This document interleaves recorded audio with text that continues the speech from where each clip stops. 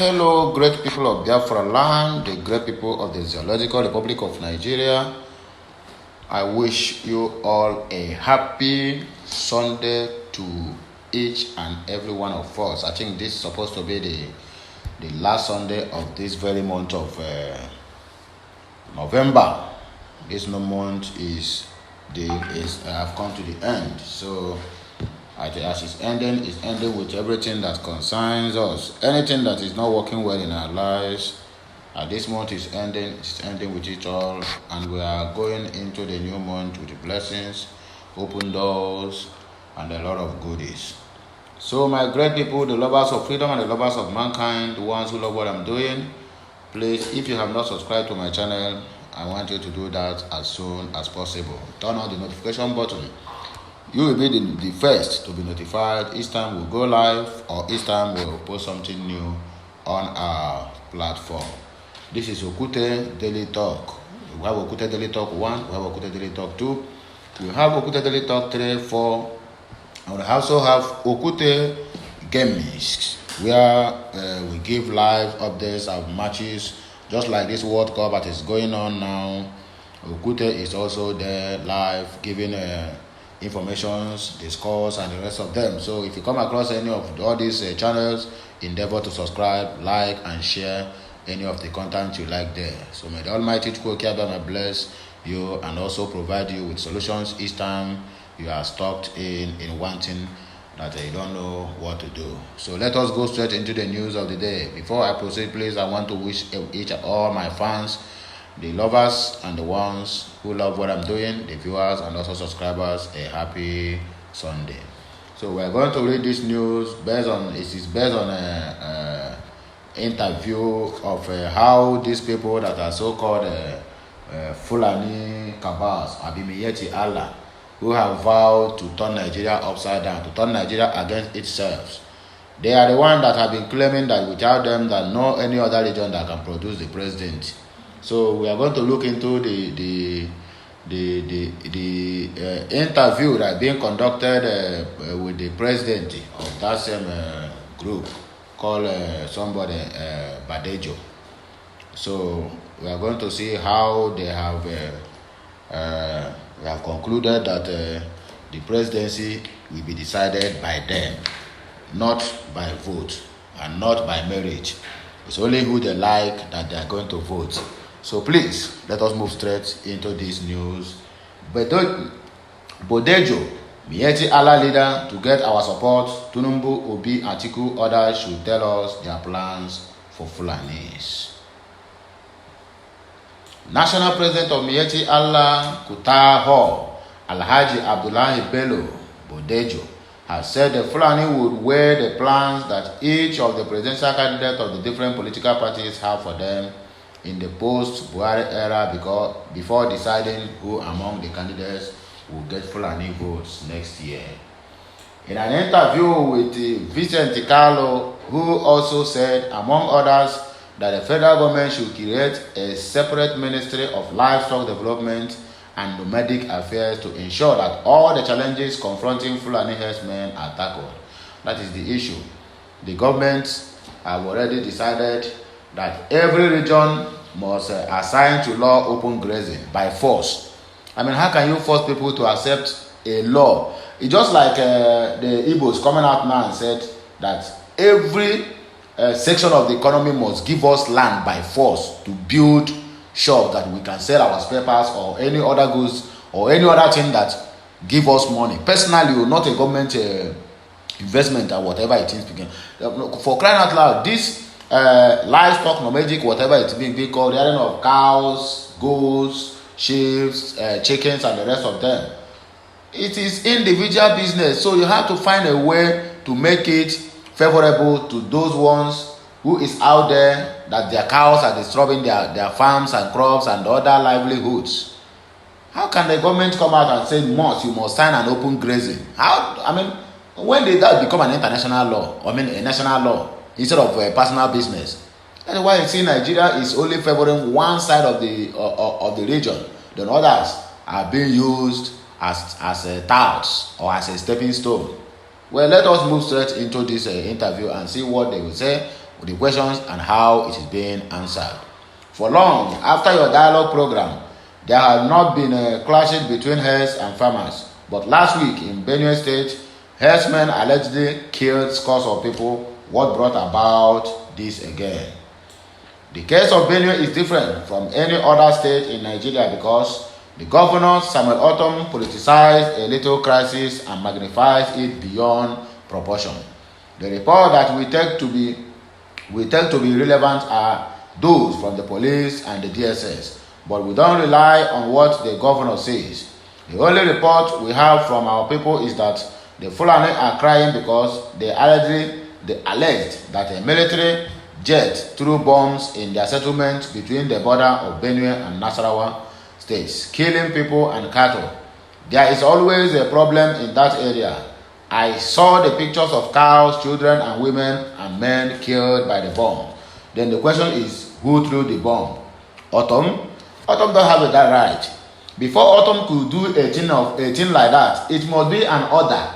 I mean, he must take permission from a Buhari or the security apparatus before such a thing can happen. So tagging this that Ortom is the one that threw that bomb, that is where you get it wrong. Mr. Bello Bodejo, you got it all wrong.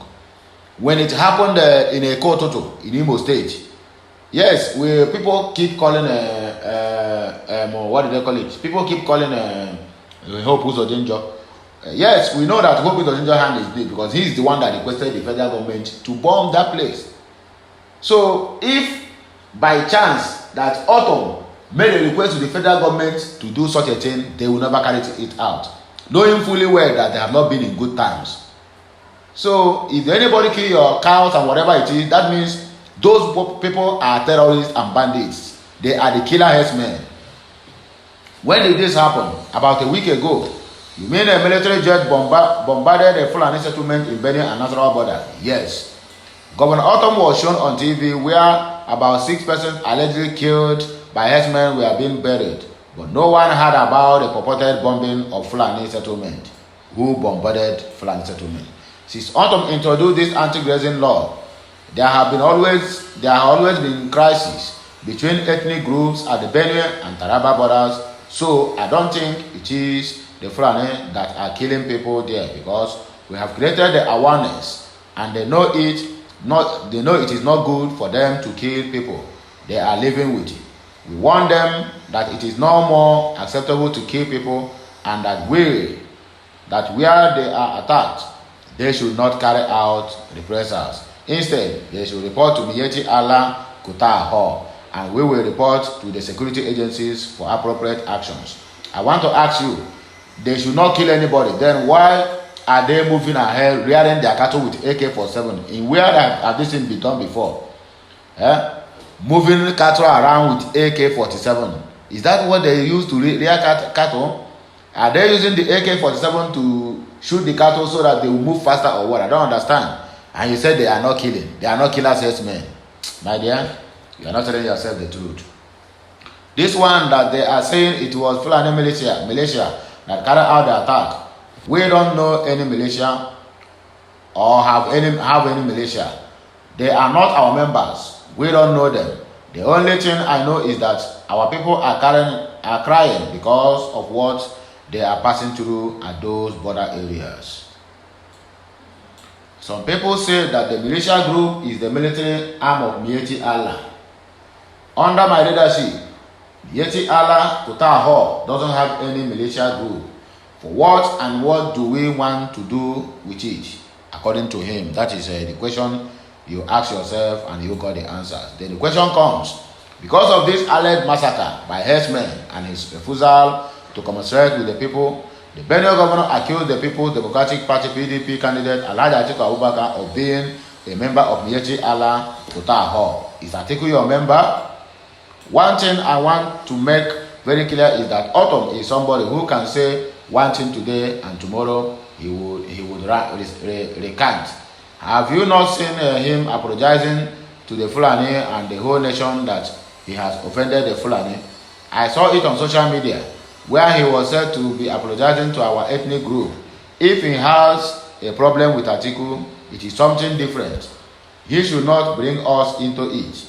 We are not even with Atiku because in politics, Autumn is Atiku's boy. Before the Benue governor came up with the anti-grazing law, we met Atiku and implored him to prevail on Autumn to drop that law. But the PDP presidential candidate ignored us and he didn't talk with Autumn. Now, two of them have political issues and they want to bring us in. The question is Atiku among the Miyetti Allah? That question is never answered. It's still hanging on the air. Can't you see you are not telling yourself the truth? Let's move on. If the governor said Atiku is a member of Miyetti Allah Kutaho, Autumn is a member of Miyetti Allah Cattle Breeders Association. Because everybody rearing cows is a member of Magban. He is also rearing cows. But if you are not a Fulani, you cannot be a member of Miyetti Allah Kutaho, of which I am the leader. Atiku is our member. Yes, I accept him to be our member. So that means Autumn is right. Yes, because Atiku will do anything humanly possible to protect his members. And Atiku was supposed to have blamed Autumn over that anti-grazing law, that it is causing the problem between herdsmen and farmers. But now they have political differences. He's now coming to blame the governor. This was something that he should have done at the beginning before the anti-grazing law could see the light of the day. But now it is late. So we are not happy with Atiku because when we needed him most, he didn't help us by calling the governor to order. If he had prevailed on the governor, the anti-grazing law wouldn't have come up in the first place, according to Bello Bodejo. To justify his position against the Fulani, Autumn can call anybody any name. However, if says Atiku is our member, he is right. We can't deny him. But it should be noted that Atiku failed us at our critical period. If you are not Fulani, you are not our member. But McBain is for everybody that is into cattle breeding. Each membership comprises people from different ethnic groups across the country. It is not only Fulani, there are other people there. Autumn is a member, as he is into cattle breeding, according to him. So the next question goes, why is the Benue governor mentioning your group? It is because we came out and challenged him that the law was not good for the Fulani, and we went to court to obtain an injunction to stop him. So he took our association as his personal enemy, but we are not his enemy. He is not happy with us because we rose to challenge him in the court. Even now, we don't need that anti-grazing law. The law is not good for both Fulani and the TV people, according to you. So you want him to leave it open so that people will keep on rearing cow from one end to the other, destroying people's farms and properties. Why? That is the next question. Why is the law not good for the TV people? He asked. Before the governor was born, the Fulani and the TV people have been cohabiting, and he grew up to this mutual relationship between these ethnic groups. They were together doing businesses. There was no crisis, but now he has driven every Fulani out of Benue State, and he came out to say that Fulani were killing his people. Another question goes, you think the Buhari government can still create grazing reserves in the remaining days? And if it is not done, what will be your next line of action? Here the answer. There is nothing that can happen. Nigeria is too big to accommodate everyone. Even if you are 17 years old or you are 100 years or more, one day you will go and leave Nigeria. We are not happy with President Buhari and some state governors. We, the Fulani, are not happy with them. Since the Buhari administration started about 8 years ago, we thought that by now he would have succeeded in solving all these Fulani herders issue. The president has always given directives to the Ministry of Agriculture to find a solution to the problem, but they went on to politicize it. Today, they came up with the cattle colony. Another time, it is cattle ranching. Many state governors collected money to establish ranches, but none did anything. That is it. It is Kaduna State Governor Nasir El-Rufai that gazetted some grazing reserves. If Buhari doesn't sign or create grazing reserves, we believe that the person that will take over from him will listen to our cries and carve out grazing reserves for us? A very good answer at that. One Alhaji Ya Malamaduri recently said that all the Fulani socio-cultural groups have adopted Tinubu and Shetima. What is your answer to that? We have many presidential candidates. Last week, the Jigawa State Governor invited me to join him in Minna, Niger State, where Tinubu was going to have a town hall meeting with the northern agro-commodity groups. We went to Niger State to listen to them for their agenda for the Fulani. They discussed what they were supposed to discuss, but the agenda for our people wasn't discussed. We want all these presidential candidates to come and say that they will do for the Fulani herders. Any of them that comes to meet with us, this is our position, which I wanted to present at Minna, but I was not given the opportunity to do so. The candidates should know that the core objective of our organization, among others, are to mobilize the Fulani in defense of our unity as a nation and imbibe the spirit of patriotism and nationalism among the Fulani pastoralists and encourage extensive participation in the peacemaking and developmental process of Nigeria, creating awareness on the need for peaceful coexistence among Nigerians and to serve as a platform to educate our members on their roles in promoting peaceful coexistence and serving as a means of reorienting our members to become peaceful coexistence advocates. Also, to mobilize towards the eradication of any form of politically motivated violence under the disguise of ethnic or religious agitations, and to annex the vibrancy and strength of our members towards ensuring peaceful and ethnic harmony in Nigeria, and to massively mobilize the Fulani patriotists to participate in the 2023 general elections. Please, you people should not participate. You just go back to your home. Nobody needs your vote, because you people are only Confucianists in Nigeria. The problem we are having today is caused by most of the Fulanis, both in the head and also in the tail.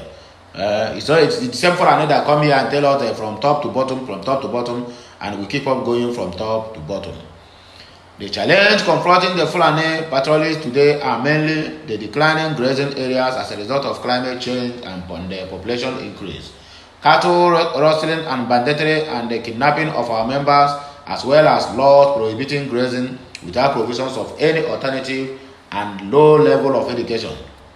In this vein, the next government should consider the plight of the herders in the country by creating a separate ministry for livestock development and nomadic affairs to ensure all the challenges confronting our people are tackled. These candidates should know that our problem is different from that of crop farmers. None of them has said anything to us till now. We want Tinubu and Shetima to come openly and say what they will do for the Fulani if they win the elections, according to them. The next question is, why only Tinubu when there are other candidates? That is the question. No. Any of the presidential candidates is free to come and meet with us. Why I mentioned Tinubu and Shetima is because they organized a town hall meeting with farmers in Minna, but they didn't say very clear what they will do for us. However, I have a relationship with some governors, like the governor of Kebbi. The national chairman of APC is like a father to me. We have been together in the past. Even at that, we want to know their program for us, according to the Miyetti Allah leader. So another question goes, if none of them come to tell you his agenda for your group, what position will you take? A very great question. So let's see what happens. I believe people will come and speak on their behalf, but by body language, I'm closer to APC than any other party. If you see me with Tinubu or Shetima in a corner, what should come to your mind? I have been with Shetima for a long time, and he is a very good person. It is still better for all of them to come and speak with us, and then we weigh them to know the candidate to support. You have already chosen your candidate, so forget about all this politics you are playing here, because you don't want to go straight to the answers. That is one problem with you Fulanis. I know you cannot support another candidate who is not a Fulani. Yes, Shetima is Fulani, Atiku is Fulani, But you are closer to Shetima than Atiku. You have already made mention of it that Atiku did not come to you people's aid when you needed him most. So he's not to be counted. In short, the simple truth here is that you people are voting for APC. So just shut that crap you are talking here. If your people say this to the candidate they prefer and they want another candidate, how do you arrive at a meeting point? It is very difficult to say this is the way I'm going and they will say otherwise. I mean the Fulani in Nigeria and in the whole of West Africa. The direction I want them to follow is the way they will follow fully. Because they are Abukis now, they are Nama. Whatever you tell them to do, they must do. We have already put down what Atiku, Obi, Tunumbu, or Kwangbaso will do for us when any of them becomes the president, according to you.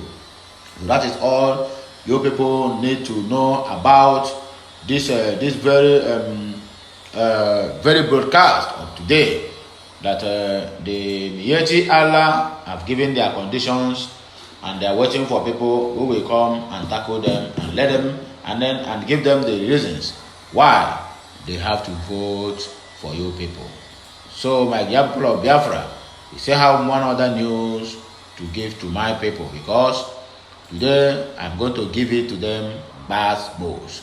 This one have to do with the lady of the day, Bianca Ojukwu, the wife of the late Biafran warlord.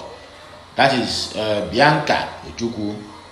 He has something to tell to the men or to those ones who think that they have tentacles within their legs. The men we have in Igbo land are no longer men. Bianca laments. Bianca, wife of the late Igbo warlord Ojukwu, has said that there are no credible leaders in Igbo land. Yes, I agree with you 100%. Bianca started this during the 11th edition of Dim Odumegwu Ojukwu Memorial Day on Saturday in Owerri, the Imo State capital. She insisted that since the death of her husband, Ndi Igbo has been lacking credible leaders who will speak for them. I agree with you. Nnamdi Kanu, who stand as a voice, but no one to back him up, rather than she said until 2023 we will remember that power has fallen when Dim Ojukwu died. We miss him, particularly in Igbo land. Why do we miss him? It is because in Igbo land today we have a deficit of credible leaders. What we have today in Igbo land are men who are not men. In short, they are men. They are supposed to be wearing tickets. What we have today is one man down, one less competitor. That is why what is happening today in the country, we don't have men who can stand up to speak for Ndi Igbo. Lamenting on the killings in Igbo land, Bianca opened that it is the first time in Igbo history for people to come out with knives to slice the throat of another human being with pride. Child, how Igbo has fallen. How the peaceful Eastern region have fallen to this extent. This is what we are seeing, and why are we seeing it? We are seeing it because the general perception of not only Igbo youth but the entire of Nigerian youth is that Nigeria has become a crematorium of dreams. That Nigeria has become a premature resting place of hope and aspirations, and the youth look around and see nothing but a wasteland. Child, come to the southeast. There is today a lack of federal presence and no industries. So how can you earn a legitimate living when the system has completely collapsed? She added.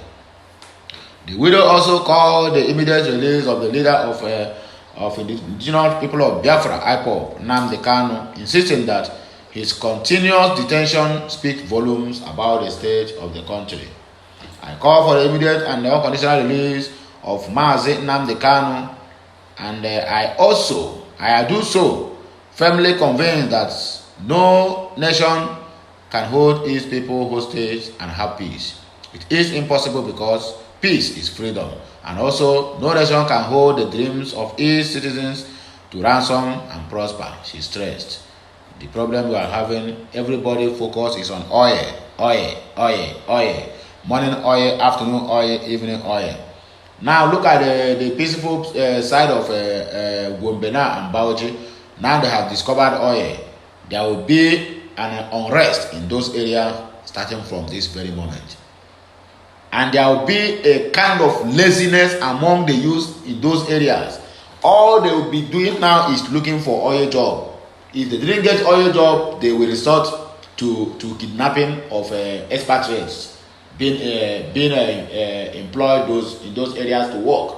And that is the simple truth. Yes. Just like what Al-Mustafa said in one of his articles. He said the discovery of oil in Nigeria is the reason why the country is lazy to work.